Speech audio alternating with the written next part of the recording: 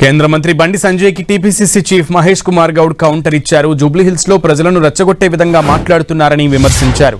ప్రజల మధ్య మత విద్వేషాలు రెచ్చగొట్టి లబ్ధి పొందాలని చూస్తున్నారని మహేష్ కుమార్ గౌడ్ ఆరోపించారు. కేంద్ర మంత్రి తన స్థాయికి తగ్గట్లు మాట్లాడాలన్నారు పీసీసీ చీఫ్.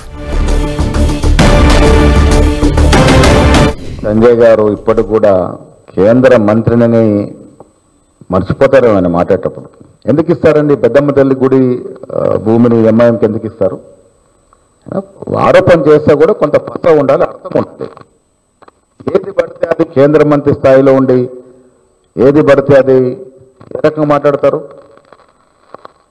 సమాజంలో దేవుళ్ళ భూములు ఎంఐఎంకి ఇవ్వడం కానీ మస్జిద్ల భూములు ఆర్ఎస్ఎస్కి ఇవ్వడం కానీ సాధ్యమవుతుందా?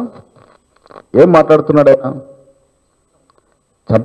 చట్టం తెలియక మాట్లాడుతున్నా. ఇలాంటి పసలేని ప్రజల్ని రెచ్చగొట్టే మాటలు ఇప్పటికైనా కేంద్ర స్థాయిలో మంత్రి పదవిలో ఉన్నటువంటి మాట ఎరిగి మాట్లాడితే మంచిదని నేను బండి సంజయ్ గారికి హితవు పలుకుతా ఉన్నాను.